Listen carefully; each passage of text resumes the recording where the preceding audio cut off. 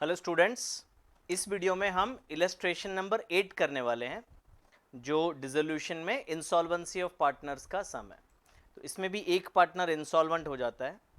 Following is the balance sheet of Kadam, Shinde and Chauhan on 31st March. They are sharing profits and loss in the ratio of 1/2, 1/6, 1/3।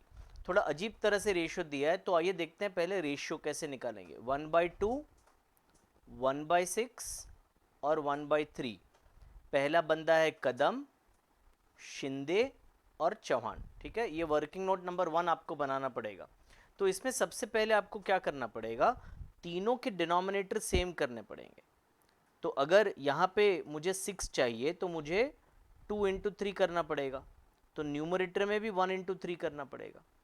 इधर तो 1/6 है already, इधर भी अगर मुझे 6 चाहिए तो 3 इंटू 2 करना पड़ेगा और न्यूमरेटर को 1 इंटू 2 करना पड़ेगा। यहाँ पे 6 सबसे बड़ा था तो हमने चाहा कि 6 तीनों के डिनोमिनेटर में आ जाए। तो अभी अगर मैं रेशियो निकालूं तो ये 3/6, 1/6 और 2/6 हो गया।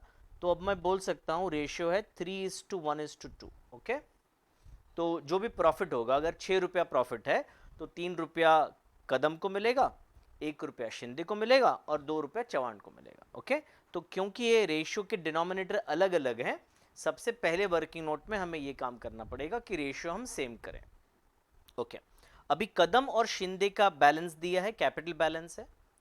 जनरल रिजर्व ये हम तीनों को डिस्ट्रीब्यूट कर देंगे 3:1:2 के रेशियो में। कदम से लोन लिया है फर्म ने, ओके, क्रेडिटर्स हैं और बिल्स पेएबल है, तो ये कदम लोन का एक लेजर अकाउंट हम ओपन करेंगे। फिर एसेट्स में बहुत सारे एसेट्स हैं, बिल्डिंग है, मशीनरी है, फर्नीचर है, स्टॉक है, डेटर्स है, बीआर है, बैंक, बैंक का अकाउंट खुलेगा। प्रॉफिट एंड लॉस अकाउंट ये डेबिट में है स्टूडेंट्स, एसेट साइड पे है, तो ये एक्चुअली लॉस है। तो ये पार्टनर के कैपिटल में हम डिस्ट्रीब्यूट करेंगे और पार्टनर के कैपिटल में डेबिट साइड पे आएगा। जो रिजर्व्स होता है, प्रॉफिट होता है, वो क्रेडिट साइड पे आता है और जो लॉस होता है वो कैपिटल में डेबिट साइड पे आता है। चौहान्स कैपिटल अकाउंट, तो ये चौहान का जब कैपिटल अकाउंट बनेगा तो उसमें डेबिट साइड पे लिखेंगे क्योंकि ये भी डेबिट बैलेंस है।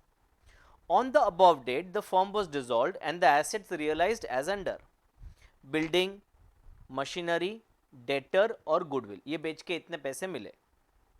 कदम took over furniture and stock at 30,000, दोनों मिला के 30,000 वैल्यू है, and agreed to pay creditors at a discount of 750। तो कदम ने बोला क्रेडिटर्स को मैं पे कर दूंगा, अच्छी बात है। Shinde took over bills receivable at 7,800 and bills payable in full, तो शिंदे ने बोला बिल्स पेएबल को मैं पे कर दूंगा। Dissolution expenses amounted to 2,400. Chauhan became insolvent. No amount was recovered from his estate.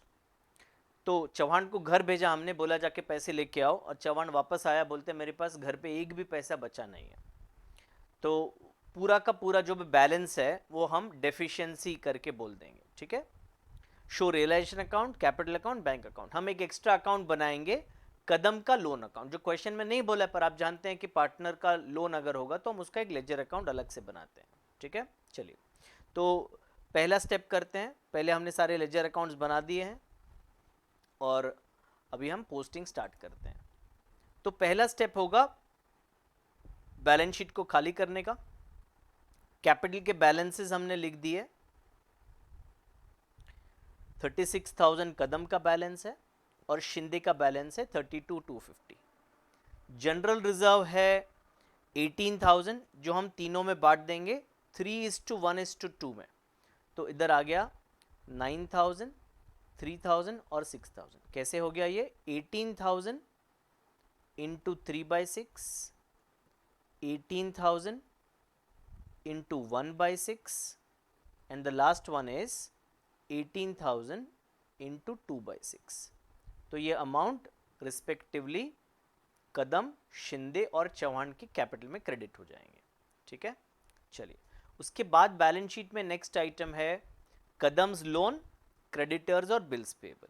तो क्रेडिटर्स और बिल्स पेएबल रियलाइजेशन में क्रेडिट हो गए, ये टोटल अमाउंट आ गया बाहर। और जो लोन है वो कदम्स लोन अकाउंट, ये रहा बैलेंस 11,250। ओके, तो ये लायबिलिटी साइड आपका खाली हो गया। अब एसेट साइड देखते हैं। तो लास्ट के 3 आइटम्स बैंक, पीएनएल और चवान्स कैपिटल, ये छोड़ के बाकी सारे आइटम्स को हम रियलाइजेशन अकाउंट में डेबिट साइड पे डाल देंगे। तो वन बाय वन आपको देखना पड़ेगा। ये हमने लिखा है इधर, realisation to all assets, building, machinery, furniture, stock, debtors और बीआर, और ये सब का टोटल हमने इधर बाहर कर दिया 1,08,000। ठीक है, उसके बाद बैंक का बैलेंस हमने लिख दिया बैंक अकाउंट में। उसके बाद हमने चौहान का कैपिटल अकाउंट का बैलेंस कैपिटल अकाउंट में डेबिट साइड पे लिख दिया 12,750। प्रॉफिट एंड लॉस अकाउंट जो है विच इज 2250, इवन उसको हमें शेयर करना पड़ेगा।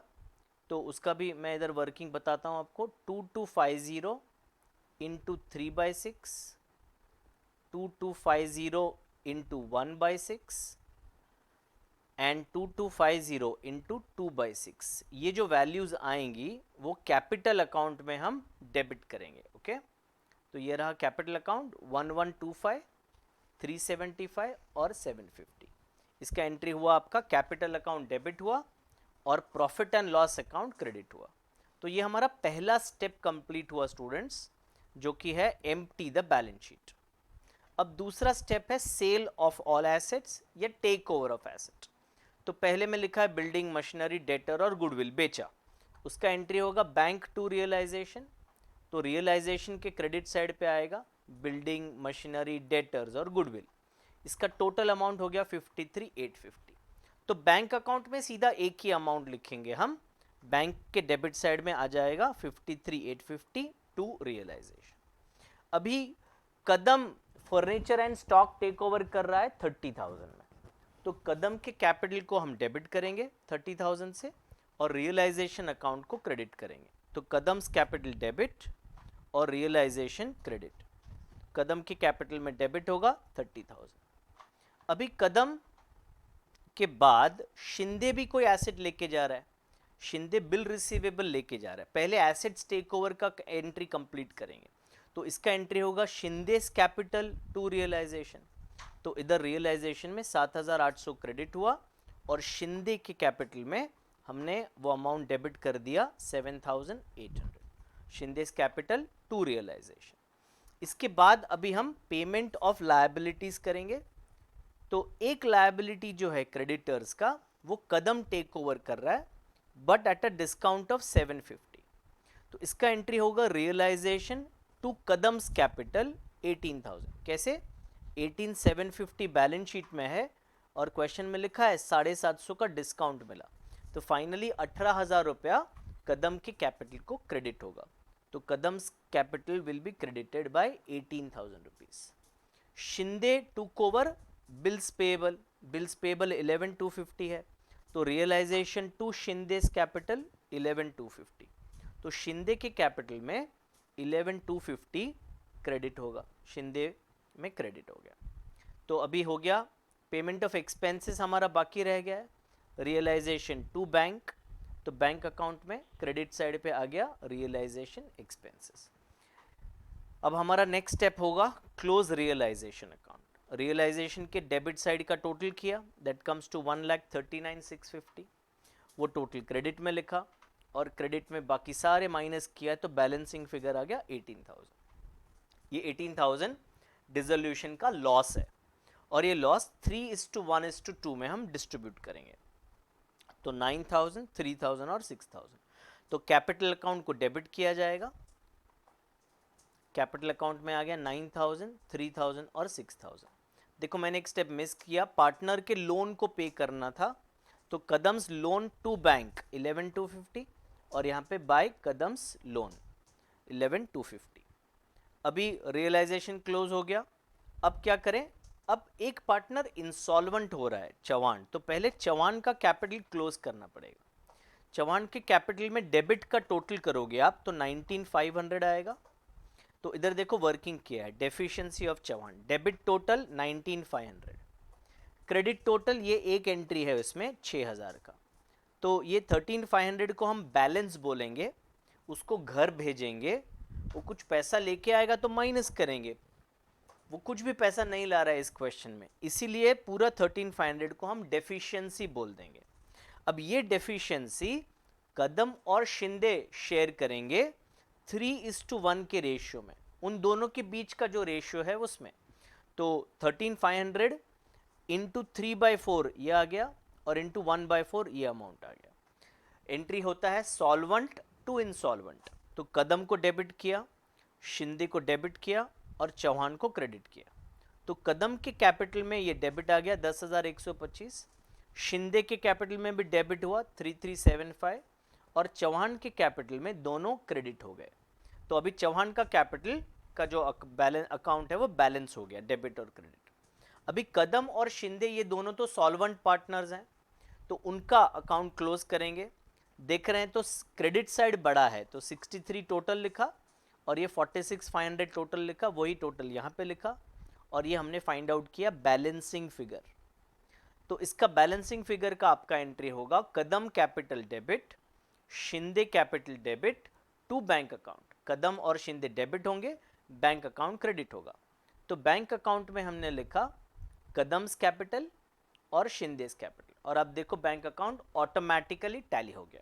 ठीक है, तो इंसॉल्वेंट के केस में एक स्टेप हमारा ऐड होता है, वो स्टेप ये है कि पहले इंसॉल्वेंट पार्टनर के अकाउंट को क्लोज करो, बैलेंस जो भी है वो लॉस शेयर करेंगे सॉल्वेंट पार्टनर, उसके बाद सॉल्वेंट पार्टनर को क्लोज करके बैंक अकाउंट में ट्रांसफर करो। ठीक है, थैंक यू।